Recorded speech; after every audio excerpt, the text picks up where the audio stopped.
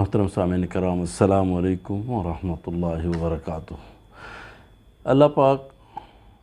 قرآن پاک سورہ بقرہ آیت نمبر 264 میں فرماتے ہیں، یا ایہا الذین آمنوا، اے لوگو جو ایمان لائے ہو، جو مسلمان ہو، لا تبطلوا صدقاتکم، اپنے صدقات کو برباد مت کرو، بالمن والاذی، احسان جتا کر، برا بھلا کہہ کر، دکھ پہنچا کر اپنے مال کو ضائع نہ کرو۔ کالذین ينفقون، ان لوگوں کی طرح جو خرچ کرتے ہیں، اپنے مال کو رعاء الناس، لوگوں کو دکھلانے کے لیے، ولا یؤمنون باللہ والیوم الآخر، اور ایسے لوگ اللہ پر یا آخرت پر ایمان نہیں رکھتے۔ فمثلہ کمثل صفوان،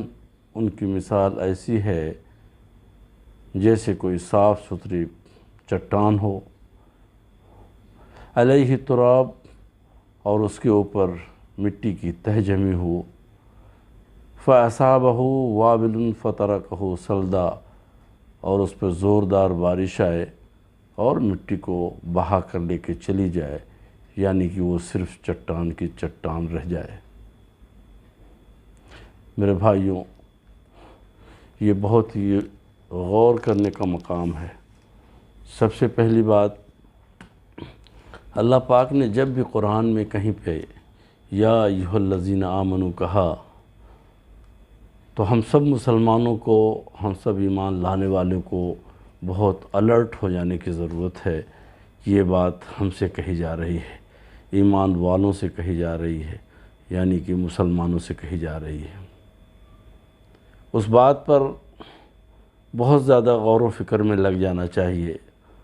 اس بات پر بہت زیادہ توجہ دینی چاہیے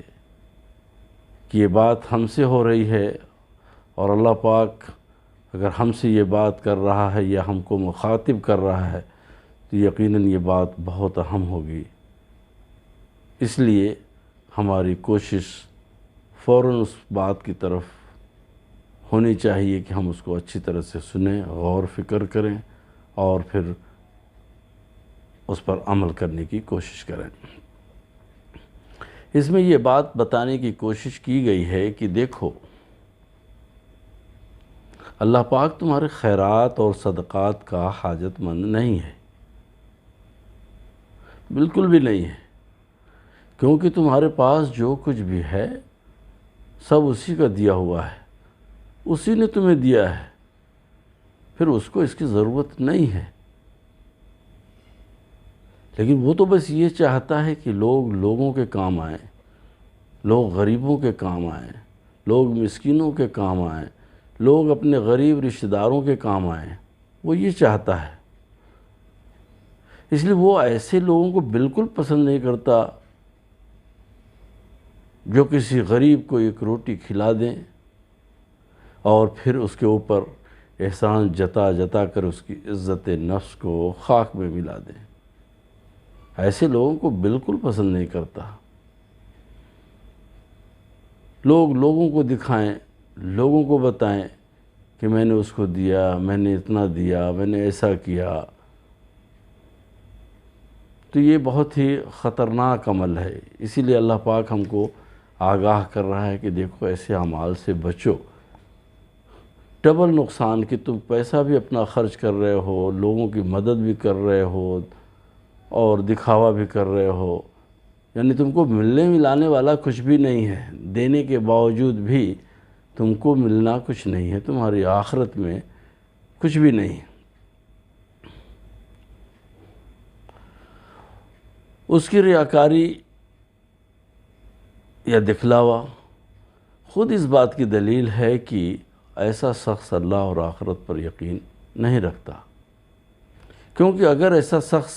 اللہ پر یقین رکھتا ہے یا اس کا یقین اللہ پر اور آخرت پر ہوتا تو اس کو یہ معلوم ہونا چاہیے یا اس کو یہ معلوم ہوتا کہ ایک روز ہمارے سارے اعمال کا حساب و کتاب ہوگا اور سب کو ان کے نیک یا برے عمل کا بدلہ دیا جائے گا۔ تو میں یہ جو عمل کر رہا ہوں یا نیک عمل کر رہا ہوں، لوگوں سے مجھے اس کا بدلہ چاہیے نہیں،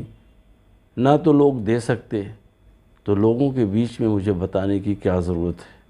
یا اس شخص سے بار بار کہنے کی کیا ضرورت ہے کہ میں نے تجھے دیا یا تیری مدد کی، احسان جتانے کی کیا ضرورت ہے۔ آپ غور کیجئے کہ سب کچھ کرنے کے بعد اللہ پاک یہ کہہ رہا ہے کہ میں ایسے شخص کو بالکل پسند نہیں کرتا۔ یہ ہمارے لیے کتنے خسارے کی بات ہے کہ ہم مال خرچ کریں، دیں، اور پھر اس کے بعد اللہ ہم سے راضی بھی نہ ہو۔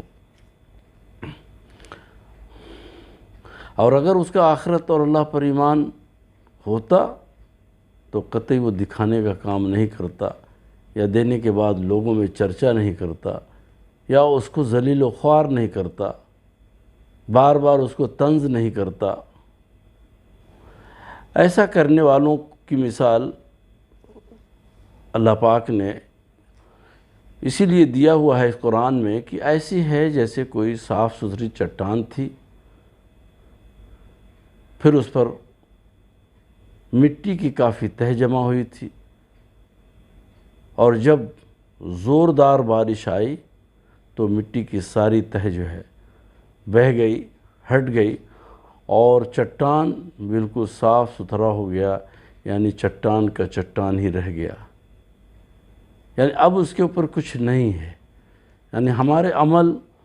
یعنی ہمارے یہ دکھلاوے کے جو عمل ہیں، جو ہمارا دکھاوا ہے، جو ہم لوگوں کو دکھلا کر کرتے ہیں کہ ہم یہ نیکی کا کام کر رہے ہیں،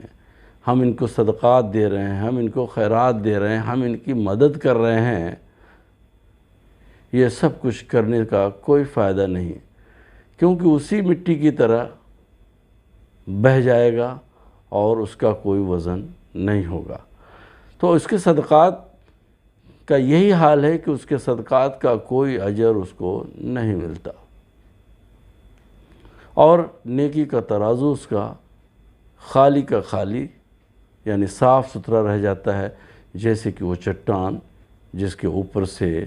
ساری مٹی بہہ گئی۔ اس لیے ہم سب کو یہ چاہیے کہ ہم سب جو کچھ بھی عمل کریں، تھوڑا کریں، لیکن ریاکاری سے بچیں۔ ریاکاری شیطان کا ایک بہت بڑا ہتھیار ہے جو ہم کمزور لوگوں کے اندر بڑی جلدی آ جاتا ہے۔